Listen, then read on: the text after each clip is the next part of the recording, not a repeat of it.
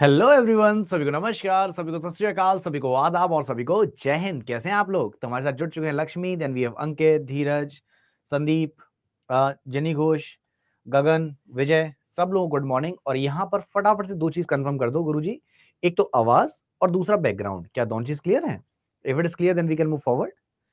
So Himanshu, Pritam, Sahil, everything is okay, right? Okay. तो guys यहाँ पर अनुराग एंड सभी लोग, हम लोग जो स्टार्ट करने वाले हैं वो चैप्टर है मेटल नॉन मेटल एलॉयज। लेकिन सर कल मैंने आपको दो बॉन्ड समझाए थे जहां पर अभी एक बॉन्ड बाकी है। तो इस चैप्टर को मैं थोड़ी देर बाद स्टार्ट करूंगा। अभी स्टार्टिंग के 10 से 15 मिनट मान के चलना कि पुरानी क्लास के रिवीजन करने वाले हैं। और इस पुरानी वाली क्लास में आप लोगों से मैं कुछ क्वेश्चंस पूछना चाहूंगा, जिससे आप लोगों को आइडिया लग जाएगा कि सर जो हमने बॉन्ड्स पढ़े थे वो हमको किस हद तक क्लियर है। तो let's start with some of the examples. तो यहाँ पर थोड़ा सा गैप ले लेते हैं। यहाँ पर नई स्लाइड एड अप करेंगे। ओके। तो यहाँ पर मैं आप लोगों को ना कुछ नाम लिखने वाला हूँ, फिर एक बार अंदाजा लगाएंगे कि सर ये कौन से बॉन्ड्स होंगे। तो सबसे पहले मैं बहुत सिंपल सा क्वेश्चन लिखने वाला हूँ, NaCl। और देखो मैंने अभी आपको ना दो ही टाइप बताए, तो आंसर होगा दो में से ही होगा। तो मेरा प्रश्न है सर, ये जो NaCl की बॉन्डिंग होती है ये कौन सी होगी?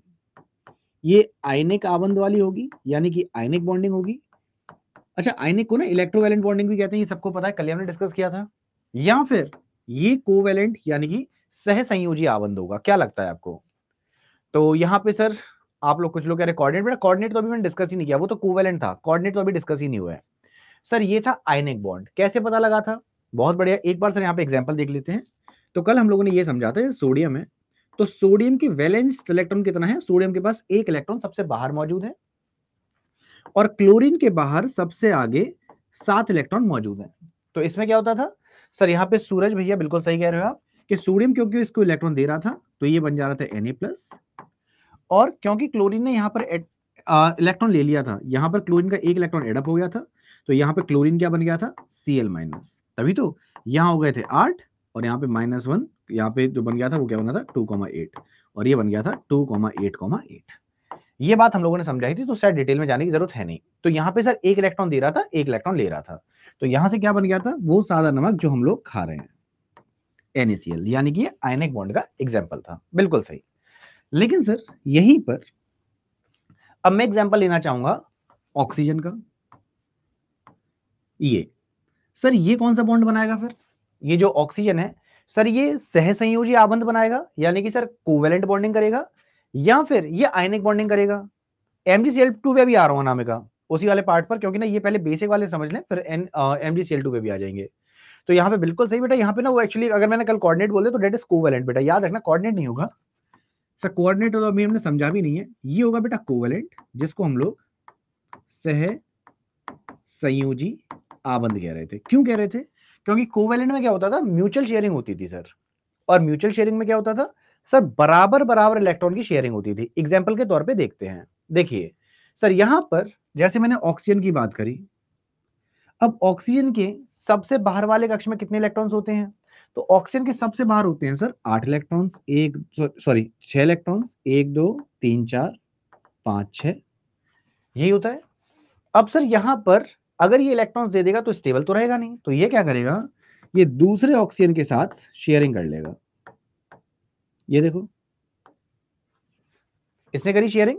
अब यहां पे क्योंकि म्यूचुअल शेयरिंग हो रही है, तो इस वाले केस में यहां पर कितने हो गए? 1 2 3 4 5 6 7 8, 8 इलेक्ट्रॉन। और इसी प्रकार से सर यहां पर भी इलेक्ट्रॉन को साझा किया गया है। साझा करने का मतलब शेयरिंग करी गई है। तो इसके पास देखिए 1 2 3 4 5 6 7 8, और इसी के हिसाब से यहां पर भी 1 2 3 4 5 6 7 8। तो आपने बिल्कुल सही कहा सर, ये एग्जाम्पल हुआ आयनिक आबंध का, ये एग्जाम्पल हुआ आपका सह संयोजी आबंध का, यानी कि कोवेलेंट बॉन्ड का। यही हमने पिछली क्लास में डिस्कस किया था। अब मैं आपसे यहाँ पर दो क्वेश्चंस और पूछूंगा, उसके बाद फिर मैं कोऑर्डिनेट बॉन्डिंग समझाऊंगा। तो आई गेस यहाँ पर किसी को डाउट भी नहीं था, सबने बिल्कुल सही लिखा है। अंकित, एक क्वेश्चन मैं और ले रहा हूं जिससे यहाँ पे क्लैरिटी हो, और वो क्वेश्चन है NH3 का। अब मैं जो पूछता जाऊं ना वो ध्यान से बताते जाना। आप लोग चाहो तो ट्राई कर सकते हो एक बार कि सर ये क्या होगा, ये आयनिक होगा या सहसंयोजी होगा? सर ये आयनिक या इलेक्ट्रोवैलेंट बॉन्ड होगा या कोवेलेंट होगा? क्या लगता है आपको? बिल्कुल सबके सब सही जा रहे हैं सर। ये अगेन आपका कोवेलेंट यानी कि सह संयोजी होगा। जिसको नहीं पता ये कैसे हो रहा है सर, या कल क्लास में एब्सेंट थे, तो उन केस में नाइट्रोजन के पास सबसे बाहर कितने इलेक्ट्रॉन्स होते हैं? नाइट्रोजन के पास वैलेंस इलेक्ट्रॉन्स होते हैं बेटा 5, ये हम सबको पता है। सो एक बार बना लेते हैं, 1 2 3 4 5, राइट। अब इन 5 में से सर ये इलेक्ट्रॉन अगर दे देगा तो इसका तो काम सर वहीं पर खत्म हो जाएगा। इसको 3 इलेक्ट्रॉन की जरूरत है ना। और यहां पर सर एक हाइड्रोजन आया, बेचारा गरीब सा हाइड्रोजन ने बोला कि नाइट्रोजन भैया मुझे ना एक इलेक्ट्रॉन की जरूरत थी। तो नाइट्रोजन क्या कहेगा? नाइट्रोजन कहेगा देख मैं इलेक्ट्रॉन तेरे को दे तो नहीं पाऊंगा, क्योंकि मैं अगर दूंगा तो मेरे पास सबसे बार 4 ही बचेंगे। तो एक काम करते हैं, शेयरिंग कर लेते हैं। लेकिन तू अपने जैसे 2 हाइड्रोजन को और लिया, तो यहां पर एक हाइड्रोजन और आ गया, इधर एक हाइड्रोजन और आ गया था, ये कल ही हमने डिस्कस किया था। तो यहां पे सर देख रहे हैं, यहां पे इस वाले हाइड्रोजन की लाइफ सेट हो चुकी थी, देखो सेट है। इसी प्रकार से बेचारा गरीब है अनुज, इस वाले हाइड्रोजन की लाइफ सेट हो चुकी थी, और सिमिलरली इस वाले हाइड्रोजन का भी यहां पर ये सेट हो चुका है। लेकिन अगर मैं नाइट्रोजन की बात करूं तो नाइट्रोजन वाले केस में क्या हो रहा है, इस नाइट्रोजन पर यहां जरा काउंट कर लेते हैं, ये देखो। तो नाइट्रोजन पे कितने हुए सर? नाइट्रोजन पर 1 2 3 4 5 6 7 8, यानी कि सर यहां पर इसने शेयरिंग करके अपना काम चला लिया है। लेकिन अब आते हैं बेटा राकेश, ऐसे तो अनगिनत लिस्ट होगी। राकेश का पॉइंट है कि सर यहाँ पे जितने भी कोवेलेंट बॉन्डिंग बनेंगे, कितने भी आयनिक बॉन्डिंग बनेंगी सर, उसकी लिस्ट बता दो। तो लिस्ट में अगर लिखने बैठा तो ट्रस्ट मी कि अपने जितने लेक्चर्स ना 12 लेक्चर्स हो सकता है वो भी कम पड़ जाएं, क्योंकि भाई आप कितने आप यहाँ पर एलिमेंट्स बता पाएंगे, लाइन लग जाएगी। शायद बहुत से ऐसे होंगे जिनका आपने नाम भी नहीं सुना होगा, तो सर वहां पर लिस्ट बना दो, पॉसिबल ही नहीं होगा। अब थैंक यू रामराज। अब यहाँ पर सर एक मैं क्वेश्चन पूछने वाला हूं जो मैंने कल नहीं कराया था, कल बीच में छोड़ दिया था। अब देखिए मीर दानिश पूछने से किस टाइप के क्वेश्चंस आते हैं, तो Mir Danish I ask the question, जिस टाइप के क्वेश्चंस आते हैं। सो दानिश आपका एक क्वेश्चन है कि किस टाइप के क्वेश्चंस एग्जाम में आ सकते हैं। So let's discuss. क्वेश्चन मान लीजिए आपसे पूछा गया, सर कल मैंने आपको समझाया था कि MgCl तो बनता नहीं है। क्या बनता है? MgCl2। तो पेपर में ऐसे पूछ लेता है कि MgCl2 में किस प्रकार का आबंध देखने को मिलेगा। जो इंग्लिश वाले बच्चे हैं, what type of bonding we will be able to find in MgCl2। मैं आपको 4 ऑप्शंस देता हूं, जो ऑप्शंस आएंगे। Option number A ionic bonding, option number 2 covalent, हमने यही समझा है कल तक। Option number C coordinate bonding, या फिर option number D none of the above. तो अब सर इस टाइप से क्वेश्चन एग्जाम में पूछ सकता है। अब देखिए, तो गुरुदेव अब यहां पर जरा समझाएंगे सर, एक कोवेलेंट होगा क्या आयनिक होगा। देखो मैंने कोऑर्डिनेट तो अभी समझाया नहीं, ये मैं अभी आपको समझाऊंगा। इसको हिंदी में कहते हैं उप सह संयोजी आबंध। तो ये उप सह संयोजी क्या होता है, ये अभी थोड़ी देर बाद समझेंगे। 5 मिनट का गैप देना, मैं जरा MgCl2 पे चल लूं। तो यहां पर देखिए बेटा, मैंने देखो कोऑर्डिनेट तो नहीं समझा, तो कोऑर्डिनेट तो आंसर नहीं होगा। तो जो लोग उप सह संयोजी बता रहे हैं, उप सह संयोजी तो नहीं है, ठीक है। अब सर यहाँ पे ये आयनिक होगा या कोवेलेंट होगा, इस वाले पॉइंट पर आते हैं। सो बेटा NH4+ पे अभी आऊंगा, एक सेकंड अभी गैप देना मुझे, जरा इसको कंप्लीट कर लूं। अब सर MgCl2 की बात करते हैं। तो MgCl2 के लिए मैं अलग से पेज लूंगा, क्योंकि यहां पे करूंगा तो हो सकता है खिचड़ी सी पके, और मैं हमेशा ही चाहता हूं कि एक एक चीज क्लियर होनी चाहिए। तो एक नई स्लाइड ली हमने, खुल जा सिम कर लिया। चलिए यहां पर भरपूर समय देने वाले हैं हम लोग, तो डिटेल में चलेंगे एक एक स्टेप बाय स्टेप। तो गाइज थोड़ी देर के लिए अपने आंसर रोक के रखो, जो मैं पूछ रहा हूं उस पर आंसर देना। बेटा मैग्नीशियम का परमाणु क्रमांक क्या है? मैंने आपसे बोला था, अब मैं आपसे नहीं कहूंगा कि आप लोगों को याद करके लाना है। तो जिन बच्चों को याद है वो लोग आंसर दे सकते हैं। मैग्नीशियम का परमाणु क्रमांक बहुत बढ़िया 12 होता है। मैं पूरा रिवीजन कराया था जितना ही मैंने अभी तक पढ़ाया था।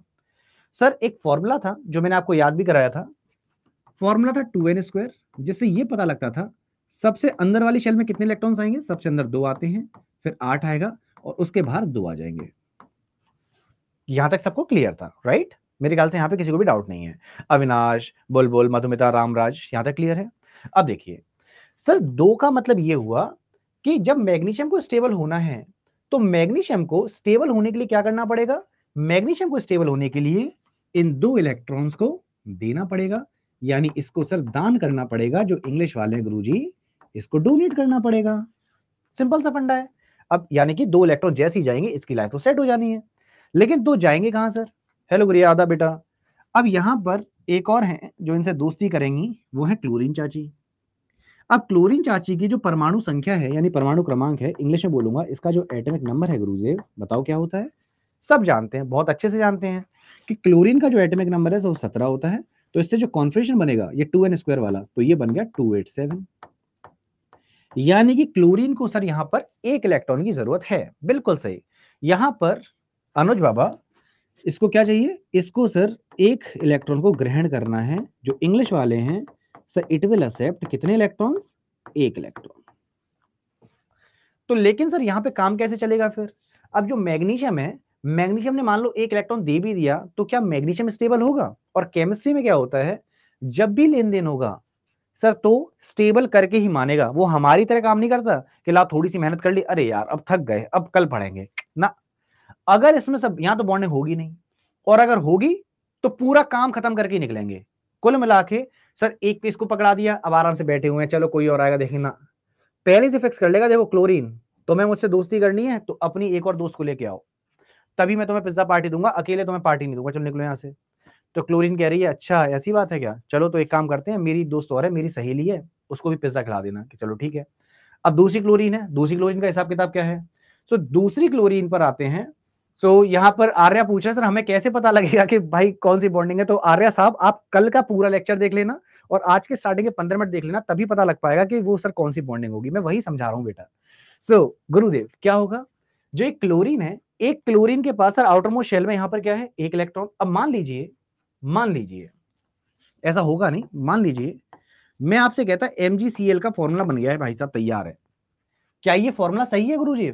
नहीं सर, ये फॉर्मूला तैयार नहीं हुआ है। क्यों? क्योंकि Mg के पास सर यहां पे सबसे बाहर 2 इलेक्ट्रॉन थे देने के लिए, और ये क्लोरीन के पास सर 1 इलेक्ट्रॉन, तो 1 इलेक्ट्रॉन कहां जाएगा फिर? तो यहां पे स्ट्रक्चर तो बन नहीं पाएगा, तो सर ये स्ट्रक्चर तो बनना पॉसिबल है नहीं। तो यहां पर क्या होगा, क्लोरीन अपनी जैसी एक और दोस्त लेके आएगी जिसका सेम एटॉमिक नंबर होगा 17 और जिसका कॉन्फिगरेशन होगा 287। यानी इसको भी सर 1 इलेक्ट्रॉन की जरूरत है। अब देखो, अब लाइफ सेट है, 2 क्लोरीन, 2 इलेक्ट्रॉन की रिक्वायरमेंट, अकेला मैग्नीशियम, 2 इलेक्ट्रॉन्स एक्स्ट्रा हैं, तो अब इनके बीच में कैसे बॉन्डिंग बनेगी? मैग्नीशियम से जब 2 इलेक्ट्रॉन्स इसके पास जो बाहर थे, यानी जब इन पे 2 इलेक्ट्रॉन जो एक्स्ट्रा हैं, तो सर जब ये दान किए जाएंगे तो इस पे क्या बन जाएगा? ये बन जाएगा 2+।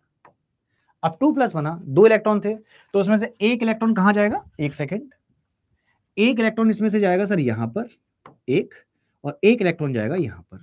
तो यहां पर क्या हुआ है सर, Mg2+ की जब हम बात कर रहे हैं तो यहां पर से देखो Cl- और Cl-, तो 2 Cl है ना, 2 क्लोरीन है, तो यहां पे सर अकेला 1 मैग्नीशियम और 2 क्लोरीन मिलकर अपना फॉर्मूला तैयार करेंगे। मतलब इस केस में क्या हुआ है, साझा नहीं हुए सर। यहां पर हमको ये चीज पता लगी एटॉमिक नंबर से कि इनके पास जो 2 एक्स्ट्रा इलेक्ट्रॉन थे, 1 इलेक्ट्रॉन इस क्लोरीन पे गया, 1 इलेक्ट्रॉन इस क्लोरीन पे गया, तो हमारा फॉर्मूला बना MgCl2।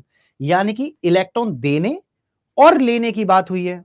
सर जब इलेक्ट्रॉन देने और लेने की बात हुई है तो हम लोग क्या बोलेंगे सर? हम लोग सीधे सीधे कह देंगे कि गुरुदेव ये ना कोवेलेंट बॉन्ड का एग्जांपल, सॉरी गाइस, एक सेकंड, क्योंकि इलेक्ट्रॉन देने और लेने की बात हो रही है तो सर ये क्या होगा? ये बेटा आपका आयनिक बॉन्ड होगा। यानी कि पीछे जो यहाँ पे आंसर देख रहे थे, जो बच्चे ए के साथ जा रहे थे, बिल्कुल सही थे। आई गेस ये वाला पॉइंट भी क्लियर हुआ। अब सर ये मैंने एग्जांपल बस कल की क्लास के दिया, अभी मैंने कुछ भी नहीं बोला। क्लोरीन वाला इलेक्ट्रॉन कहीं नहीं गया बेटा, क्लोरीन वाले इलेक्ट्रॉन तो क्लोरीन के पास ही हैं। अशोक भैया सुनो, अशोक भैया पूछ रहे हैं सर क्लोरीन का इलेक्ट्रॉन कहां चला गया? सो अशोक भैया क्लोरीन वाले पार्ट पर आओ, तो क्लोरीन के पास ये इलेक्ट्रॉन थे 287, इसके इलेक्ट्रॉन गए नहीं है। मैंने क्या लिखा है, ये इलेक्ट्रॉन एक्सेप्ट कर रहा है, ये दे नहीं रहा है। ये मैग्नीशियम से इलेक्ट्रॉन ले रहा है कि भाई 2 इलेक्ट्रॉन तुम्हारे पास एक्स्ट्रा है ना, एक मुझे दे दो। तो क्या होगा, 1 इलेक्ट्रॉन जैसे इसके पास आया तो ये बन गया 2, अरे भैया तुम हटो ना, तो ये बना सर 288। मतलब ये इलेक्ट्रॉन यहां पर आया है, इसने दिया नहीं है। सिमिलरली इस वाले इलेक्ट्रॉन इसके पास भी क्या हुआ है, 288, क्योंकि इसने 1 इलेक्ट्रॉन यहां पे आ गया, 1 इलेक्ट्रॉन यहां पे आ गया। और मैग्नीशियम Mg2+ का क्या हुआ सर, यहां पे 2 इलेक्ट्रॉन क्योंकि चले गए तो ये बना 2,8। अब देखो सब मैग्नीशियम की लाइफ सेट, क्लोरीन की लाइफ सेट, और इस क्लोरीन की भी लाइफ सेट, सर सबकी लाइफ सेट है। तो यहां पर इलेक्ट्रॉन का दिया और लिया गया है, तो डेट मींस कि यहां पर जो पॉइंट है वो ये वाला है बेटा। वो IUPAC का नाम नहीं होता बेटा, वो होता है IUPAC नेम। वो मैं आपको ऑर्गेनिक केमिस्ट्री में बताऊंगा, डोंट वरी। जहां पे हम फंक्शनल ग्रुप्स पढ़ेंगे ना तो उसमें आपको बताऊंगा। तो वो IUPAC नहीं होता बेटा, वो आपको मेरे लग रहा है UPSC से आपने लिंक कर लिया है, वो होता है IUPAC। सो वो ऑर्गेनिक केमिस्ट्री में सबसे लास्ट वाला चैप्टर पढ़ेंगे। अब मेरे ख्याल से अनुज, अशोक, जिसके भी डाउट थे वो क्लियर है। एक साथ छोटा सा बॉन्ड और है, जो मैंने आपसे कहा था मैं समझाऊंगा। तो ये सब हमारी कल की क्लास वाला था। तो ये कुछ नया सा देख लिया हमने, बस इस वाले पार्ट पर और आ जाते हैं। तो ऋषि, अनुराग, अंकुर, राकेश, ठीक है। सो गाइस, अब ये क्या चक्कर है बाबू भैया, ये कोऑर्डिनेट या फिर उप सह संयोजी, बस ये और बता दो, फिर हमको सारे बॉन्ड्स क्लियर हैं। सो गुरुदेव, इसको भी बिल्कुल आसान तरीके से समझ लेते हैं, बिल्कुल इजीली। मैं कुछ नहीं बताऊंगा, सब आप ही बताएंगे। तो रंजना कह रही है सर एक बार कोवेलेंट वाला पार्ट का और बता दीजिए। देखो कोवेलेंट वाले पार्ट में क्या होता है, म्यूचुअल शेयरिंग होती है, वहां पे इलेक्ट्रॉन को दिया और लिया नहीं जाता। अगर बराबर बराबर शेयरिंग हो रही है, जैसे Cl2 है, तो Cl2 कैसे बनता है पता है? क्लोरीन के सबसे बाहर इलेक्ट्रॉन कितने हैं? 7, यानी एक इलेक्ट्रॉन की रिक्वायरमेंट है। फिर एक और क्लोरीन आया, उसमें भी सबसे आगे बाहर 7 हैं। तो ये क्या करते हैं, अगर एक एक इलेक्ट्रॉन को शेयर कर लिया तो क्या बन जाएगा? Cl2 बन जाएगा। तो सर अगर बराबर शेयरिंग होती है, जहां इलेक्ट्रॉन देने और लेने की बात नहीं होती, वो कोऑर्डिनेट होता है, सॉरी वो कोवेलेंट होता है। और जब इलेक्ट्रॉन दिए या लिए जाते हैं, वो आयनिक होता है। सिंपल। अब सर यहां पर आते हैं। सो डॉट स्ट्रक्चर बेटा ये रहा, जो लीविस डॉट स्ट्रक्चर की बात कर रहे हैं, किसने पूछा? साक्षी। बेटा ये डॉट लगे ना, ये डॉट बताते हैं कि कितने इलेक्ट्रॉन सबसे बाहर हैं। यही जैसा लीविस डॉट स्ट्रक्चर, एक्चुअली इसके बारे में बताया था लीविस ने, तो वहां से नाम आया लीविस डॉट स्ट्रक्चर। अब देखो, सो यहां तक तो पूरा मामला सेट हुआ, बस एक छोटा सा पॉइंट रह गया था हमारा सह संयोजी आबंध वाला। तो 2 पेज ले लेता हूं, थोड़ा इजी होगा। ओके। तो क्वेश्चन है सर, ये जो आप बता रहे थे अभी, कोऑर्डिनेट बॉन्ड, हिंदी वाले उप सह संयोजी आबंध। उप सह संयोजी आबंध, अब ये क्या है sir? What is this coordinate bonding या फिर उप सह संयोजी आबंध? तो इसका स्ट्रक्चर बनाने से पहले मैं बस बेसिकली अमोनिया का स्ट्रक्चर पूछ लेता हूं। जैसे मान लो मैं अमोनिया का बनाऊं, जब हम लोग NH3 का स्ट्रक्चर बनाते थे तो कैसे बनता था? नाइट्रोजन के सबसे बाहर कितने इलेक्ट्रॉन थे? प्लीज एक बार आंसर देना शुरू करना सभी लोग। और यहां पर देखो NH3 में, यानी कि थैंक यू वर्तिका, नाइट्रोजन में सबसे बाहर कितने हैं? 5 इलेक्ट्रॉन है, राइट? परफेक्ट। तो सर 1 2 3 4 5, यही है, सबको अच्छे से पता है। और अभी मैंने ये भी डिस्कशन किया था कि जैसे हाइड्रोजन है, तो हाइड्रोजन के पास सबसे बाहर कितने होते हैं? एक एक इलेक्ट्रॉन होता है, क्योंकि इसका एटॉमिक नंबर 1 है। सिंपल। अब यहां पे सर बॉन्डिंग होगी, तो ये देखो, ये बॉन्डिंग हो गई, ये बॉन्डिंग हो गई, ये बॉन्डिंग हो गई। और आप लोगों ने बोला था ये कोवेलेंट बॉन्ड का बेस्ट एग्जांपल था, सह संयोजी आबंध का बेस्ट एग्जांपल था। हमारा काम यहां पे हो गया, खत्म। लेकिन सब लोग यहां तक तो क्लियर थे। अब मैं एक क्वेश्चन पूछना चाहता हूं, वैशाली, सृष्टि, अमित, बेटा यहां पे ये दो देख रहे हो, ये एक जोड़ी इलेक्ट्रॉन अपना कोने में अलग से बैठा हुआ है। ये ऐसा लग रहा है ये वो लव बर्ड्स हैं कि पिक्चर हॉल में गए, बिल्कुल कॉर्नर वाली सीट पकड़ के बैठे हुए हैं। इन्हें कोई फर्क नहीं चल पड़ रहा भाई साहब कि कहाँ बॉन्डिंग हो रही, क्या हो रहा है। जो तुम अपनी बॉन्डिंग वॉन्डिंग कर रहे हो करने दो, हमारा संसार तो बस यही है ना? साथ में रहेंगे, साथ में मरेंगे, छपरा में जाके बस जाएंगे, जो भी है। सर याद रखिएगा, ये जो हम लोग एक्स्ट्रा की बात कर रहे हैं, ये क्या है? एक जोड़ा है, राइट? एक पेयर है। पेयर का मतलब क्या होता है? 2। बेटा इसको नाम दिया जाता है लोन पेयर। इसको क्या कहते हैं? इसको कहते हैं लोन पेयर। किस चीज का लोन पेयर है? इलेक्ट्रॉन का। अब इस जोड़े का सर कुछ करते हैं, आइए। तो अब सर यहां पर मैं कोऑर्डिनेट बॉन्डिंग आपको समझाऊंगा। बेटा ये जो एग्जांपल था, ये तो अलग हो गया। ये किसका था? ये आपका कोवैलेंट बॉन्डिंग का एग्जांपल था, जो मैंने अभी भी बताया और कल भी बता चुका था। अब इस लोन पेयर का कुछ करते हैं। तो आइए सर, अब मैं आपको अमोनियम आयन पे ले चलता हूं। तो गुरुदेव, let's go with ammonium ion. तो एक स्ट्रक्चर है,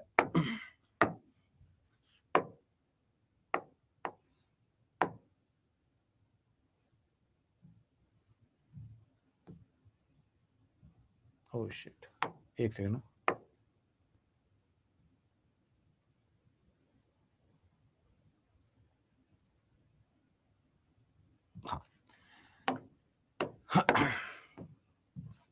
अब मैंने आप लोगों के लिए लिखा एक नया फॉर्मूला NH4+।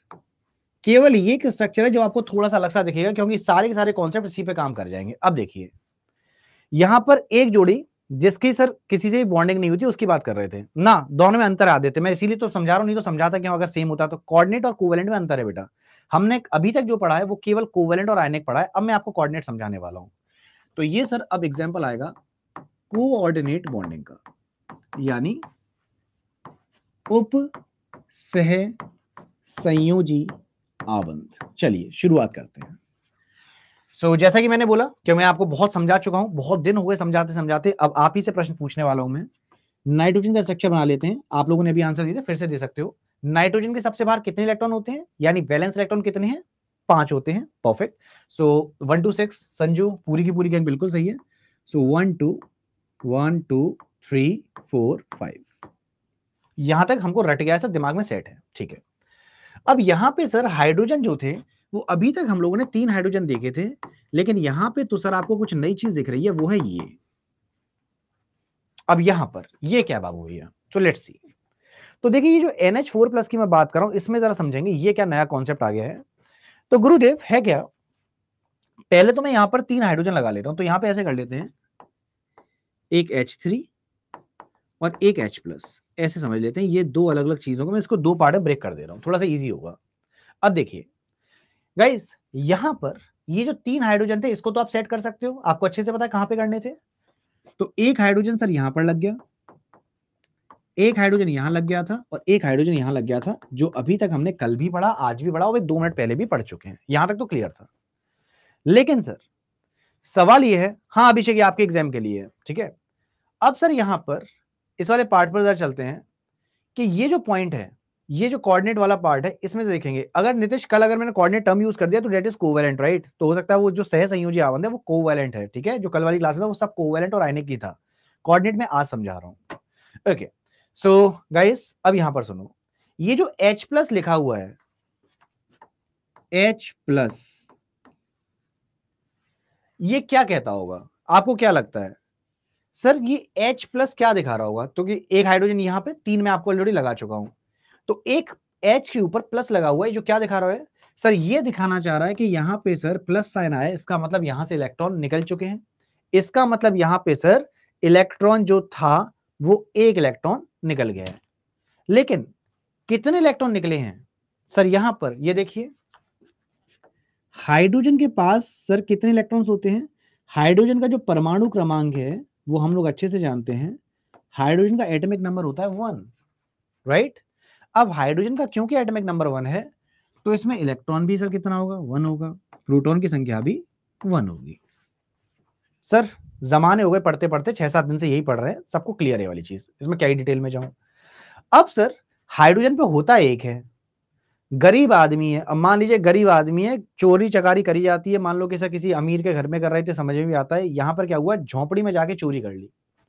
अब झोपड़ी में जाके चोरी कर ली, तो हाइड्रोजन चाचा के पास एक ही इलेक्ट्रॉन था, और वो इलेक्ट्रॉन भी चला गया, तो अब क्या होगा सर, यहां पर हाइड्रोजन भैया वैसे ही गरीब आदमी थे, एक इलेक्ट्रॉन किसी जमाने में हुआ करता था, वो भी इलेक्ट्रॉन चला गया, तो अब क्या बचा, H प्लस। H प्लस का मतलब बोले तो सर यहां तो एक ही इलेक्ट्रॉन था, वो भी चला गया, तो हाइड्रोजन पे क्या बचा, कुछ नहीं बचा। अब क्या करना पड़ेगा, अब यहां पर हाइड्रोजन की बॉन्डिंग की बात कर रहे हैं, तो यहां पे सर अभी भूल जाओ, अभी ना थोड़ी देर के लिए कि आइसोटोप वाला पार्ट, अभी बस इलेक्ट्रॉन पे फोकस करो। अब इस हाइड्रोजन के पास ये चीज हमको समझ में आ रही है कि यहां पे सर इलेक्ट्रॉन्स की रिक्वायरमेंट है। अब मैं आपसे पूछता हूं यहां पे कितने इलेक्ट्रॉन्स की जरूरत है, क्योंकि मैं कुछ नहीं समझा रहा हूं, सब आप पुराने वाले कैंडिडेट्स हैं। सर इस हाइड्रोजन के पास रामराज कितने इलेक्ट्रॉन की जरूरत है, 2 या 1, सोच समझ के आंसर देना। तो लतिका कह रही है 2, रजत कह रहे हैं 2, कोई एक भी कह रहा है, जैसे 1 2 6 ने 1 बोला, ठीक है। सो गाइस, इस सवाल को पूछने से पहले मैं यहां पर पूछ लेता हूं, थोड़ा डाउट क्लियर होगा। बेटा इस हाइड्रोजन के पास कितने इलेक्ट्रॉन की जरूरत है, ये बताओ पहले। ये हाइड्रोजन के पास कितने इलेक्ट्रॉन की जरूरत, थोड़ी देर में भूल जाओ, मुझे ये बताओ इस हाइड्रोजन के पास कितने इलेक्ट्रॉन की जरूरत है, 1, यहां पे 2 नहीं, यहां पर 1। सर 1 की जरूरत है, देख रहे हो, एक हाइड्रोजन के पास ऑलरेडी था, शेयरिंग कर ली थी, 2 हो गए थे, यानी इस हाइड्रोजन के पास 1 इलेक्ट्रॉन था, 1 की जरूरत थी।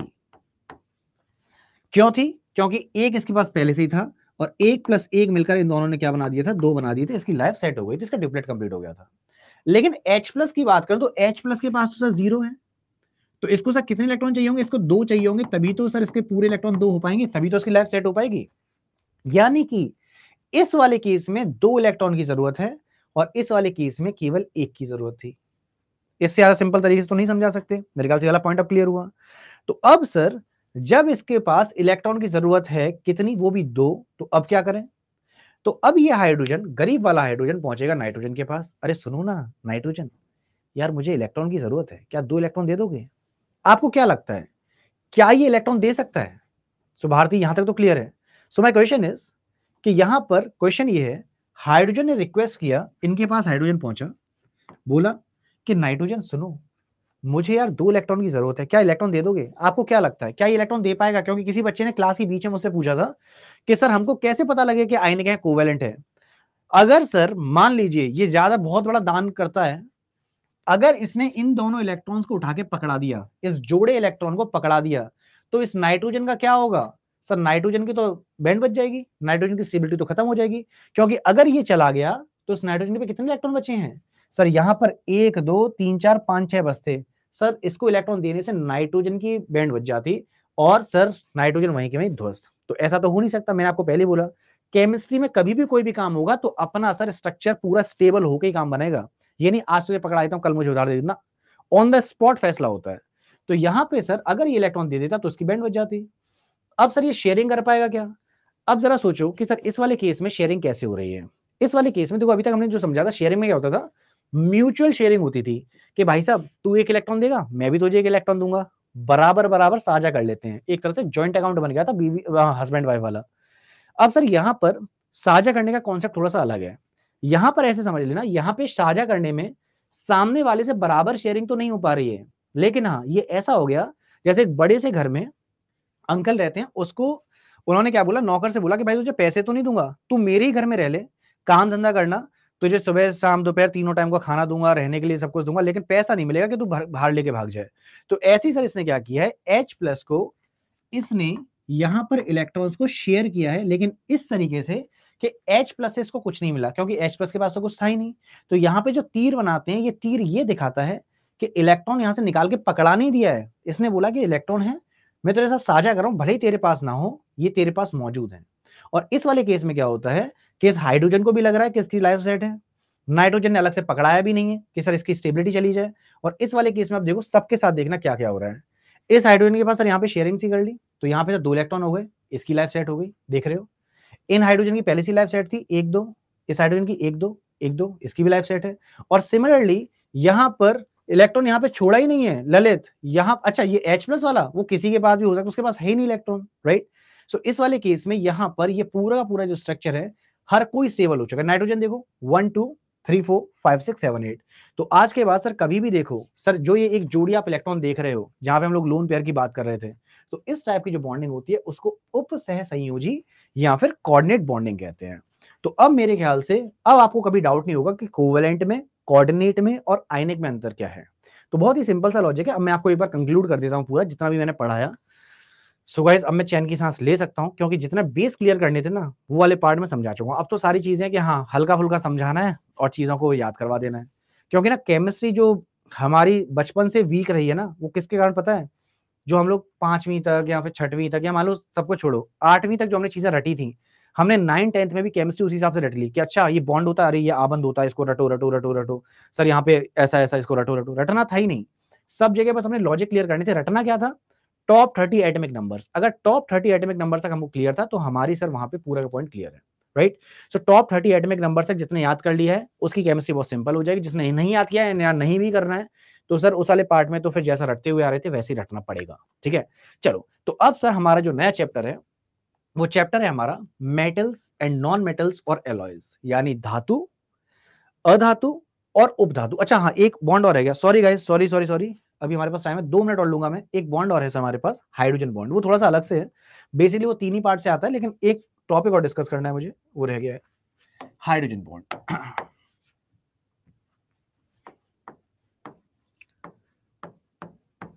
Hydrogen bonding.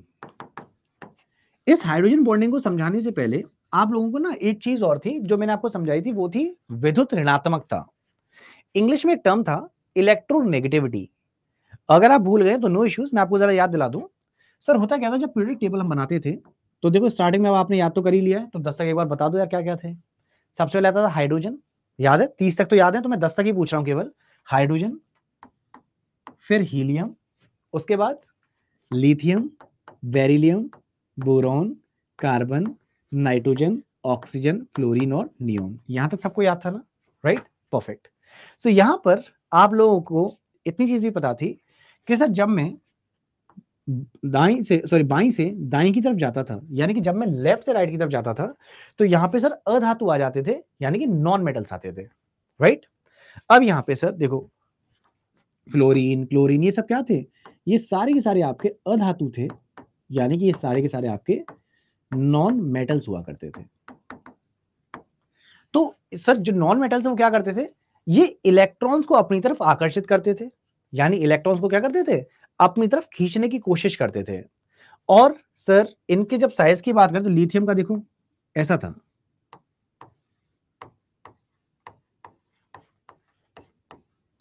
याद है, इनका साइज छोटा होते हुए चला जाता था। क्यों होता था, क्योंकि सर यहां पर एक चीज थी कि ये जो न्यूक्लियस था, यहां पे जो पॉजिटिव चार्ज है यानी जो धनावेश है, ये सर न्यूक्लियर चार्ज बढ़ता हुआ जाता था। और क्योंकि न्यूक्लियर चार्ज बहुत ज्यादा होता था तो यहां पे सर इन दोनों के बीच में प्यार बहुत होता था। सब पॉजिटिव चार्ज और नेगेटिव चार्ज एक दूसरे को खींचते हैं, हम लोग अच्छे से जानते हैं, एक दूसरे को आकर्षित करते हैं। और क्योंकि ये आवेश बढ़ता जाता था, न्यूक्लियर चार्ज बढ़ता जाता था, तो इलेक्ट्रॉन खिंचता हुआ चलाता था। अरे यार यही मेरे पति परमेश्वर हैं, याद है, यस अवरोही क्रम की बात कर रहे हैं। सो यहाँ पे सर जैसे जैसे आप आगे आते थे इलेक्ट्रॉन इनकी तरफ आकर्षित होता था।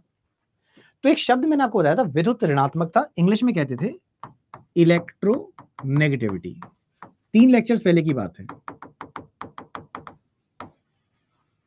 तो जो बच्चे नए जुड़े हैं प्लीज वाली क्लास देखना जरूर, बहुत इंपॉर्टेंट है। तो इलेक्ट्रोनेगेटिविटी में क्या होता था, इलेक्ट्रॉन को खींचने की क्षमता, राइट। तो अब सर मान लीजिए मैं आपसे पूछूं lithium beryllium nitrogen oxygen, 4 option लिख देता हूं, लिथियम बेरिलियम बोरॉन ऑक्सीजन, इनमें से सर इलेक्ट्रॉन की खींचने की क्षमता सबसे ज्यादा किसकी होगी, क्या लगता है, संजू, दिशु, अंकुर, क्रिस्टिनिया, विशाल? ऑक्सीजन की, बिल्कुल सही। यानी कि सर इन चारों में से इलेक्ट्रोनेगेटिविटी किसकी ज्यादा है, इलेक्ट्रोनेगेटिविटी यानी विद्युत ऋणात्मकता सबसे ज्यादा सर हमारी ऑक्सीजन की ही है ना, यानी अट्रैक्ट करने की कैपेसिटी। तो होता क्या है, जैसे मान लो कि मैंने एग्जांपल दिया पानी का, वाटर का स्ट्रक्चर बना। अब पानी जो है सर यहाँ पे आपके सामने कंपाउंड है, हिंदी में कहते हैं यौगिक है। और यौगिक क्या होते हैं, कल ही हमने डिस्कस किया था, यौगिक सर जिसमें कम से कम 2 तत्व होंगे और 2 से ज्यादा भी हो सकते हैं, उनका एक फिक्स रेशियो होता है, यानी उनका अगर अनुपात की बात करेंगे वो फिक्स है, वो स्थिर रहता है। तो H2O है सर, आप कहीं भी चले जाओ, आप गुड़गांव में आ जाओ तो यहाँ पे पानी का फॉर्मूला H2 ही होगा, मैं आपके घर पे आ जाऊं तो वहां पर भी पानी का फॉर्मूला H2 ही है, उसमें कोई फर्क नहीं है सर, कहीं रेशियो चेंज नहीं होगा, कहीं HO2 बन जाए ना, H2O ही बना रहेगा। तो जैसे मान लो मैंने पानी के बीच की बॉन्डिंग की बात करी, अब यहाँ पे सर सिंपल सी बात है, ये फॉर्मूला H2O ही क्यों बना, जब इतनी बात हो गई तो सर जरा ये भी समझ लेते हैं। H2 वाले केस में क्या हो रहा है कि सर ऑक्सीजन को आटोमोस्ट शेल में कितने हैं सर, 6 इलेक्ट्रॉन्स, इसको 2 इलेक्ट्रॉन की जरूरत है। तो ये क्या करता है सर, यहां पर ये दोस्ती करेगा हाइड्रोजन से, एक इलेक्ट्रॉन हाइड्रोजन साझा कर देगा, एक इलेक्ट्रॉन दूसरा हाइड्रोजन साझा कर देगा, जिससे क्या होगा, दोनों हाइड्रोजन के पास 2-2 इलेक्ट्रॉन्स और ऑक्सीजन के पास पूरे 8 इलेक्ट्रॉन हो जाएंगे। सर 6, एक इस हाइड्रोजन से एक इस हाइड्रोजन से, टोटल 8 ऑक्सीजन पे हो गए, 2-2 हाइड्रोजन पे हो जा रहे थे। यस बिल्कुल। तो यहां पे सर जब ये बॉन्डिंग होती है, जैसा आप लोगों ने बिल्कुल सही कहा, इस वाले केस में सबकी लाइफ सेट है, बिल्कुल धीरज पांडे जी। तो इस वाले केस में क्या होता है, क्योंकि जब इनकी बॉन्डिंग बन गई है, बॉन्डिंग बनने के बाद इनके बीच में जो आबंध है वो बॉन्ड थोड़ा सा ऑक्सीजन की तरफ खिसक जाता है। अब आप कहेंगे सर ये आगे क्यों खिसक रहा है, सर यहां पर क्या है, क्योंकि ऑक्सीजन ज्यादा इलेक्ट्रोनेगेटिव है, क्योंकि ऑक्सीजन ज्यादा विद्युत ऋणात्मक है, तो ज्यादा विद्युत ऋणात्मकता होने की वजह से, ज्यादा इलेक्ट्रोनेगेटिविटी होने की वजह से इनके बीच में जो बॉन्ड था वो हल्का सा बॉन्ड ऑक्सीजन की तरफ खिसक जाता है। और ये वाला जो पार्ट है सर, यहां पर प्लीज याद रखिएगा, ये वाला पार्ट क्योंकि जो बॉन्ड थोड़ा सा ऑक्सीजन के पास खिसक गया, तो यहां पर क्या हल्का सा नेगेटिव चार्ज आ जाता है और यहाँ पे हल्का सा पॉजिटिव चार्ज आ जाता है, यानी हल्का सा यहाँ पे धनावेश आ जाएगा, यहाँ पे हल्का सा ऋणावेश आ जाएगा। और यहाँ पे सर क्योंकि हाइड्रोजन के साथ बॉन्डिंग हो रही है इस वाले केस में, तो हम लोग यहाँ पे सर हाइड्रोजन बॉन्डिंग का एग्जाम्पल ले सकते हैं। सो ये वाली चीज थी।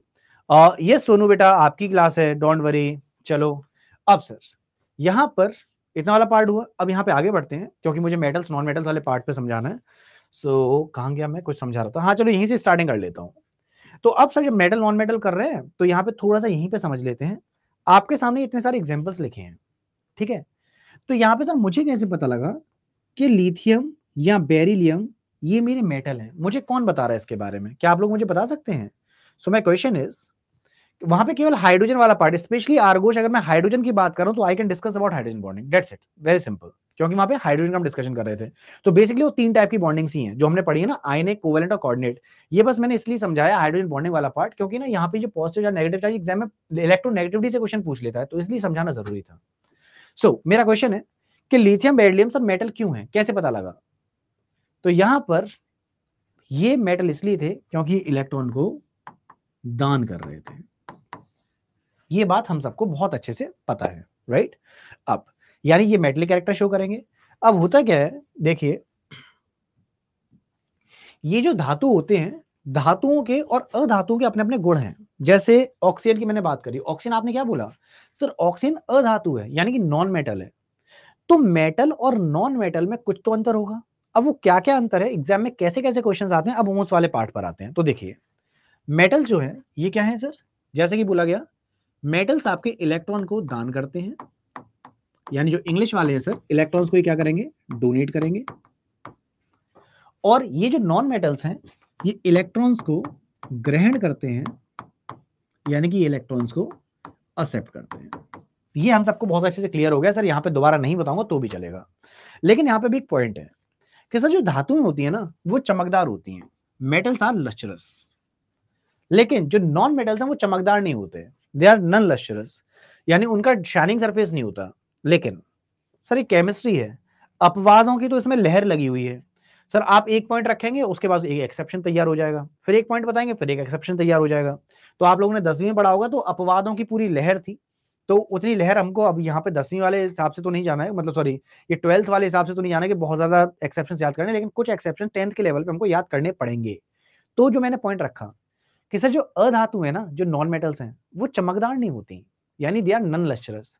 लेकिन सर दो अधातु ऐसी भी हैं जो चमकती हैं। कौन कौन? सो दो उन एक्सेप्शन को याद रखना है। एक है बेटा ग्रेफाइट और दूसरी है आयोडीन। क्या नाम है सर? एक का नाम है ग्रेफाइट और दूसरे का नाम है आयोडीन। अब सर ठीक है, अब यहां पर क्या इतने में काम हो जाएगा खत्म? नहीं, अब एक और चीज सुनो। सर जो धातु होती है ना, इनमें करंट पास हो जाता है, चाहे हम लोग ही क्यों ना हो। देखो पता है, हम लोग जब भी, अच्छा आप लोगों में से बहुत से लोगों ने मुझसे फिजिक्स पढ़ी है, कुछ लोग मैडम से फिजिक्स पढ़ेंगे, तो जिन्होंने मुझसे फिजिक्स पढ़ी थी, मैंने उनको एक स्टेटमेंट दिया था। क्या सर? जब भी हम लोग सुचालकता की बात करते हैं या मान लो चालकता की बात कर रहे हैं, तो कोई भी सुचालक या चालक कब कहलाता है? जब वो आसानी से करंट को पास होने दे। तो जो धातुएं होती हैं, चाहे लोहे का एग्जांपल ले लो, आप कॉपर का एग्जांपल ले लो, आप किसी का भी एग्जांपल ले लो, उसमें से करंट फ्लो कर जाता है। लेकिन अगर मैं अपने शरीर की बात करूं, अनुज, क्या हमारे अंदर से भी करंट फ्लो करता है? कौन आंसर देगा? तो एग्जाम के लिए इंपॉर्टेंट है। सो यहां पर देखो धीरज बता रहे हैं सर, ग्रेफाइट में तो या पता नहीं क्या होता है जिसकी वजह से मेटल है। बेटा ग्रेफाइट जो चाचा है ना, ग्रेफाइट चाचा बेटा आपके नॉन मेटल है, कार्बन का एलोट्रोप है भाई, कैसे मेटल हो जाएगा? मतलब पिट्टी करेंगे तुम्हारी, पांडे जी बता रहे हैं। सर हमारे शरीर में से भी करंट फ्लो करता है, याद रखना। तो हम लोग भी गुड कंडक्टर्स हैं इलेक्ट्रिसिटी के, ठीक है? चलो, तो सर ऐसा है कि नॉन मेटल जो है वो गुड कंडक्टर नहीं होती, उनमें से करंट पास नहीं होता। लेकिन सर ग्रेफाइट में से करंट भी पास होता है। तो आप लोग जो आप पेंसिल का इस्तेमाल करते हैं, तो पेंसिल पे ना एक लीड लीड लगी होती थी आगे, याद है, जिससे हम लोग लिख पाते थे। वो लीड किसकी बनी होती थी? वो बनी होती थी ग्रेफाइट की। तो ग्रेफाइट का ये बहुत इंपॉर्टेंट पॉइंट एग्जाम में पूछ लेता है कि सर ये आपका इलेक्ट्रिक करंट को भी कंडक्ट कर लेता है, यानी मैं इलेक्ट्रिसिटी लिख देता हूं, विद्युत ऊर्जा को भी ये सर संचालित कर लेता है। तो ये सर आपका चालक होता है विद्युत ऊर्जा का, बहुत इंपॉर्टेंट है क्योंकि यहाँ पे फ्री इलेक्ट्रॉन्स मौजूद होते हैं। चलो, सो मधुमिता, हम लोग मेटल नॉन मेटल में नहीं आते भाई, हम लोग मेटल नॉन मेटल में कैसे हो जाएंगे? मैंने बस ये बताया कि हमारे अंदर से करंट फ्लो कर सकता है, ये नहीं बोला कि हम मेटल हैं। भाई पिट्टी करेंगे तुम लोगों की, हम लोग मेटल कैसे हो जाएंगे मुझे बताओ मधुमिता। पूरी की पूरी पीरियड टेबल में आप कौन से नंबर के ग्रुप में यहाँ पर आ रही हैं? क्या आपका कहीं नाम लिखा है कि मधुमिता आयरन के नीचे कहीं है? ऐसा नहीं। या दीपमणि सर हाइड्रोजन के नीचे लगे हुए हैं, क्या ऐसा है? नहीं भाई, हम लोग ना मेटल है ना नॉन मेटल है, बस मैंने ये बोला कि हमारी बॉडी से करंट कंडक्ट कर सकता है, दैट्स इट। सो ऐसे चलो वापस आते हैं। सो गुरुदेव अगले पॉइंट पर चलते हैं। जो मेटल्स होते हैं बेटा, मेटल्स की प्रॉपर्टी होती है शाइन करने की, यानी जो मेटल्स होते हैं ये चमकते हैं, राइट? लेकिन अगर मैं यहां पर बोलूं नॉन मेटल्स की, तो सर इनका शाइनिंग सरफेस नहीं होता, ये मैं आपको ऑलरेडी बता चुका हूं। दूसरा, जो मेटल्स हैं, सो अगले पॉइंट पर चलते हैं। तो यहां वाले पॉइंट पर आना प्लीज, कि ना ये जो पॉइंट है मेटल्स वाला, सो मेटल्स सारे के सारे सॉलिड होते हैं। क्या होते हैं? धातुएं जो हैं वो सॉलिड होती हैं। अब यहां पर इस वाले पार्ट पर चलते हैं। तो जो धातु हैं जो कि सॉलिड होती हैं, सर क्या सारी धातुएं सॉलिड होती हैं? नहीं। यहाँ पे हम लोग दो चीज बहुत अच्छे से जानते हैं। पहला तो है मरकरी, यहाँ पर लव यू टू रोहित बेटा, ये जो मरकरी है जिसको हम लोग पारा कहते हैं बेटा, एक तो पारा आपका लिक्विड स्टेट में होता है, ओके। दूसरा हम लोग कहते हैं कि जो ये जो धातु है ना ये सर कठोर होती हैं। तो आप शायद सोडियम के बारे में भूल चुके हैं। आप लोग सोडियम की अगर बात करें तो सोडियम को सर चाकू से भी काटा जा सकता है जैसे मक्खन को काटते हैं। तो सोडियम बहुत सॉफ्ट हो गया, जबकि हम लोग क्या कहते हैं सारे के सारे मेटल सर बहुत क्या है वो सर सॉलिड्स हैं। सर पारा जो है वो तरल फॉर्म में मौजूद है, यानी लिक्विड फॉर्म में प्रेजेंट है, यानी कि mercury is present in the liquid form. और जो सोडियम है इतना सॉफ्ट है कि सर उसको चाकू से भी काट सकते हैं। अच्छा यहाँ पे एक चीज और समझानी है मुझे, ये ध्यान सुनना, यहाँ पर नहीं है प्रीतम। सो अब यहाँ पर जो मैं एग्जाम्पल ले रहा था, क्या एग्जाम्पल था मैं भूल गया, कमेंट में ऐसी नजर चली आती ना मेरी, तो पता नहीं मैं कुछ लिंक कर रहा था, बहुत इंपॉर्टेंट चीज थी। कुछ तो था, हाँ सर मैं सोडियम की बात कर रहा था। सोडियम का ध्यान सुनना, यहाँ पे कहीं लिखा नहीं है, आपको पता रहना चाहिए। सर जो सोडियम होता है ना ये सर बहुत जल्दी रिएक्ट करता है, यानी सर इसकी क्रिया बहुत ज्यादा होती है, पता है। इवन हवा में भी रखे रखे भी इसमें आग लग जाती है। सोचो इतना खतरनाक है। सो बहुत ज्यादा क्रियाशील होता है, यानी कि सर बहुत ज्यादा रिएक्टिव होता है।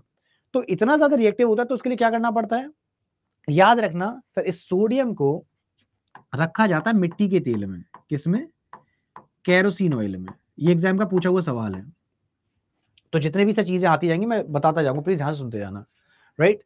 अब यहां पर सोडियम का मैंने बता दिया। अब बेटा याद रखना, मैं जब सोडियम कह रहा हूं तो सोडियम का मतलब मैंने सोडियम क्लोराइड नहीं बोला है। एक बच्चे ने पूछा सर एक बात बताओ कि जो नमक है उसको काट सकते हैं? भाई रौनक, क्या आप नमक को काट पा रहे हो अपने घर पे? और मैं क्या नमक की बात कर रहा हूँ, नमक में मैंने सोडियम बोला है? नमक के अंदर बेटा जो फॉर्मूला आता है डेट इज NaCl। तो NaCl और Na में डिफरेंस समझ में आता है? NaCl जो है सर वहां पे आपका सोडियम और क्लोरीन उसका कॉम्बिनेशन, जहां पे हम लोग सर सोडियम क्लोराइड की बात करते हैं sir, that is actually salt, right. और यहाँ पे सोडियम आपका सॉल्ट नहीं है, इट इज अ मेटल। तो सोडियम और क्लोरीन के कॉम्बिनेशन से तब जाके वो सोडियम क्लोराइड बना था। तो सर सोडियम और सोडियम क्लोराइड में डिफरेंस समझो प्लीज। अभी हम मेटल नॉन मेटल की बात कर रहे हैं, यहाँ पे हम कभी कंपाउंड की बात कर ही नहीं रहे हैं, सिर्फ सोडियम या क्लोरीन की अलग अलग बात होगी। प्लीज इन चीजों को समझना, क्योंकि ना मैं जानता हूं कि बहुत बच्चों के बेस हिले हुए हैं।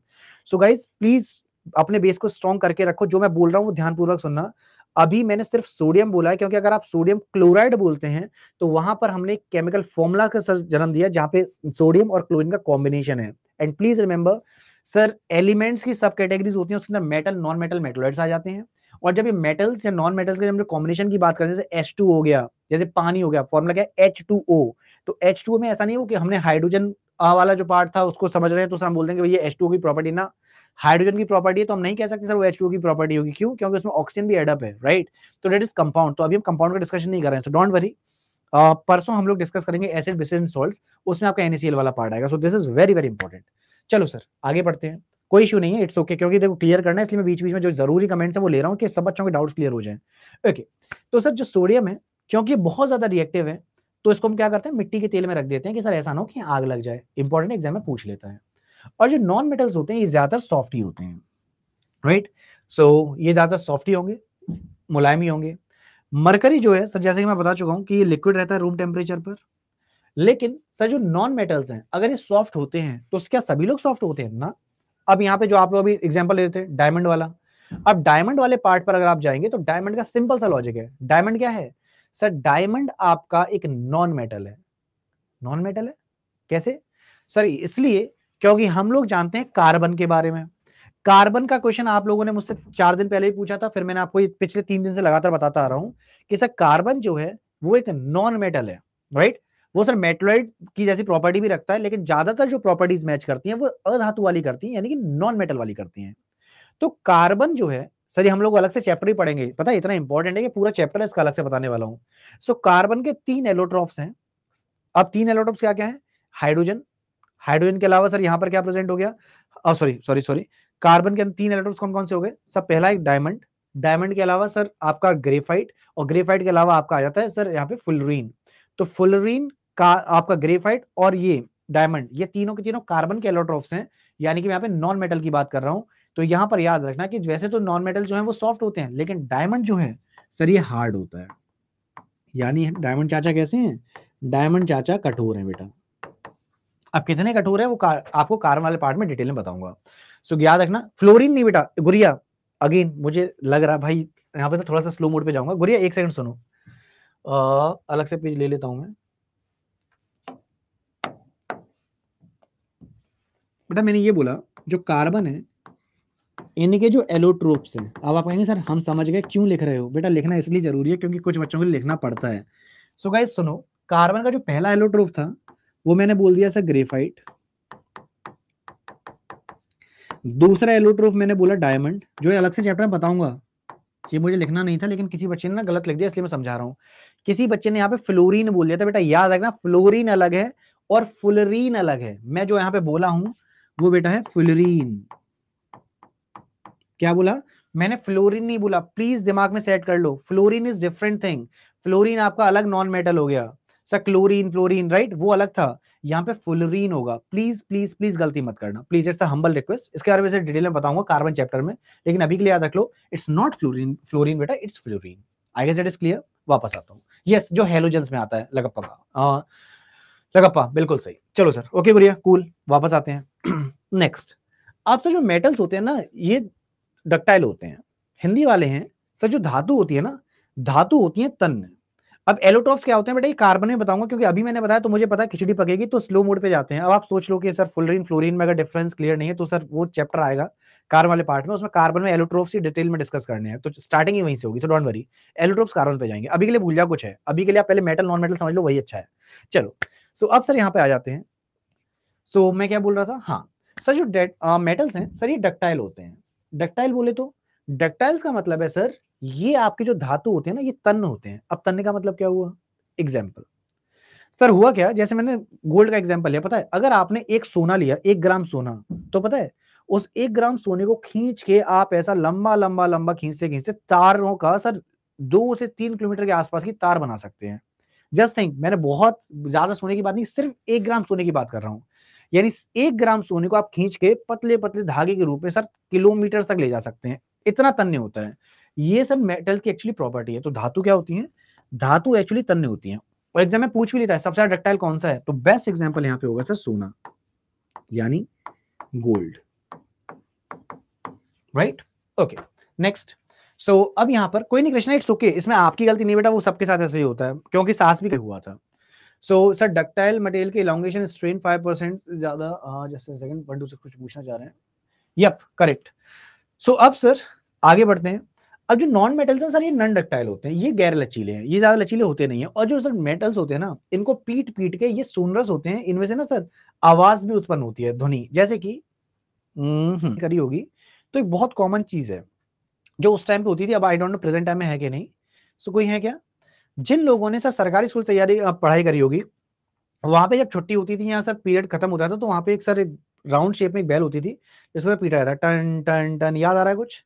सो वो वाला पार्ट क्या था सर? ये जो पार्ट था ये एक्चुअली आपका मेटल का था, जो कि ज्यादातर हम लोग देखते थे सर वो या तो लोहे का बना होता था या सर किसी भी धातु का बना होता था, राइट। तो ये जो साउंड है, ये साउंड का मतलब क्या हुआ? ये सोनोरस हुआ जहां से ध्वनि उत्पन्न होगी, राइट। प्राइवेट स्कूल्स में ज्यादा ना वो मैंने देखा ही, नॉर्मली जो प्राइवेट स्कूल्स होते हैं वो वाली बेल वाली रहती है, जो आजकल खैर गवर्नमेंट स्कूल्स में भी वो बेल वाली आने लगी है, बट फिर भी वो लिंक करने के लिए मैंने बताया। अगर वो नहीं देखा है तो आप लोग और भी एग्जांपल ले सकते हैं, अपने घर में कोई भी लोहे की चीज रही हो उसको जैसे पीटते हैं तो थोड़ी देर के लिए ना उसमें साउंड प्रोड्यूस होती रहती है, राइट, यानी सर वहां पे वाइब्रेशन होता रहता है। सो यहाँ पे हम लोग जो डिस्कस कर रहे हैं वो है सोनोरस नेचर। यस अब सर यहाँ पर मैक्सिमम बच्चे यहाँ पे लिंक कर पाए उस सारी चीज को। अब यहाँ पे जो मेटल्स हैं, जैसे कि मैंने बोला metals are good conductor of heat and electricity, यानी धातु होती हैं ये सर अच्छी चालक होती हैं विद्युत ऊर्जा और ऊष्मा की। लेकिन दो ऐसी धातु भी हैं जो बैड कंडक्टर हैं। ये सर अपवाद बहुत इंपॉर्टेंट है, वेरी वेरी इंपॉर्टेंट। सर ऐसी कौन सी धातु है जो कुछ चालक है? क्योंकि एग्जाम में हमारे दिमाग में सेट है सर मेटल जो है गुड कंडक्टर है, गुड कंडक्टर ना। सर दो एक्सेप्शन है, दो अपवाद हैं, यानी पारा और सीसा, यानी लेड और mercury, they are bad conductors. ये सर अच्छे से काम नहीं करेगी, राइट। चलिए सो इतनी वाली चीज हुई। लेकिन सर एक लास्ट क्वेश्चन है जो आज के लिए, बाकी मैं कल ही डिस्कस करूंगा। सर बेस्ट कंडक्टर कौन सा है? सबसे अच्छा, सस्ता नहीं, सबसे अच्छा। तो बस ये लास्ट पॉइंट है क्योंकि सर आने वाले हैं अब, नहीं तो सर आते कहेंगे सर आप रोज लेट छोड़ते हो क्लास, मैं लेट हो जाता हूं। सो गाइस सबसे अच्छा बेस्ट कौन सा है? तो मैं आपको कुछ ऑप्शन देना चाहूंगा। ऑप्शन में सर आपको दिया मैंने गोल्ड, सिल्वर। चलो, और आप कहेंगे सर ये ऑप्शन क्यों दे रहे हो? मैं इसलिए दे रहा हूं क्योंकि मुझे पता है बच्चा यहीं फंसता है, गोल्ड और सिल्वर। मैंने कॉपर ऑपर तो दिया ही नहीं, भूल जाओ उसे। गोल्ड सिल्वर में जो लोग गोल्ड के साथ जा रहे हैं सर, याद रखना बेस्ट होगा सिल्वर। टॉप पर सिल्वर आता है क्योंकि सर हम लोग सोचते हैं कि गोल्ड महंगा होगा तो गोल्ड बेस्ट होगा। सर प्लीज याद रखो, बेस्ट होता है सिल्वर। आप लोगों ने अभी भी गोल्ड आंसर दिया बहुत बच्चों ने। Please remember, best conductor of electricity और हीट, दोनों का ही, हीट का और इलेक्ट्रिसिटी का, दोनों का बेस्ट होता है sir silver, right? So Gurudev, thank you for being such a wonderful audience.